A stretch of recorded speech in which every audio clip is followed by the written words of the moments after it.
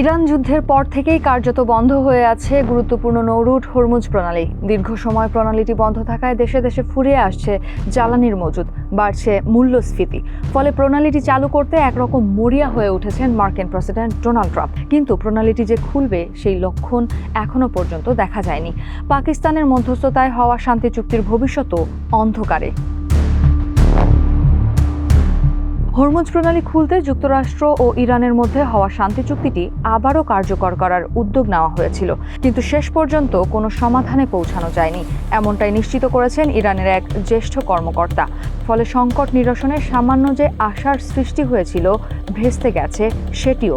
বিশেষ করে 11 আগস্ট উপসাগরীয় অঞ্চলে জাহাজে হামলার ঘটনার পর পরিস্থিতি এখন আরও উত্তপ্ত।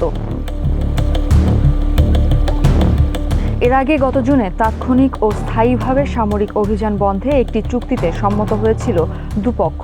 সেই সঙ্গে ইরানের পারমাণবিক কর্মসূচি সীমিত করা এবং তেহরানের ওপর থাকা মার্কিন নিষেধাজ্ঞা তুলে নেওয়ার বিষয়ে 60 দিনের একটি সময়সীমা নির্ধারণ করা হয়েছিল।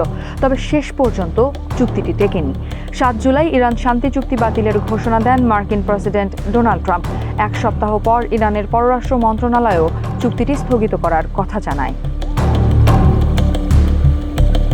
চুক্তি ভেস্তে যাওয়ার পেছনে যুক্তরাষ্ট্রের অভিযোগ, হরমুজ প্রণালী দিয়ে জাহাজ চলাচল পুনরায় চালুর প্রতিশ্রুতি রাখেনি ইরান। অন্যদিকে ইরানের অভিযোগ, ইরানের বন্দরগুলোর ওপর থেকে অবরোধ তুলে নেওয়া এবং বিদেশে আটকে থাকা ইরানের সম্পদ ছাড়ার প্রতিশ্রুতি পূরণ করেনি ওয়াশিংটন। এদিকে দুপক্ষের চলমান সংঘাত অবসানের আভাস দিয়েছিল পাকিস্তান। জানিয়েছিল 60 দিনের সময়সীমা বাড়াতে সম্মত হয়েছে দুই পক্ষ। যদিও এমন খবর নাকচ করে দিয়েছে ইরান।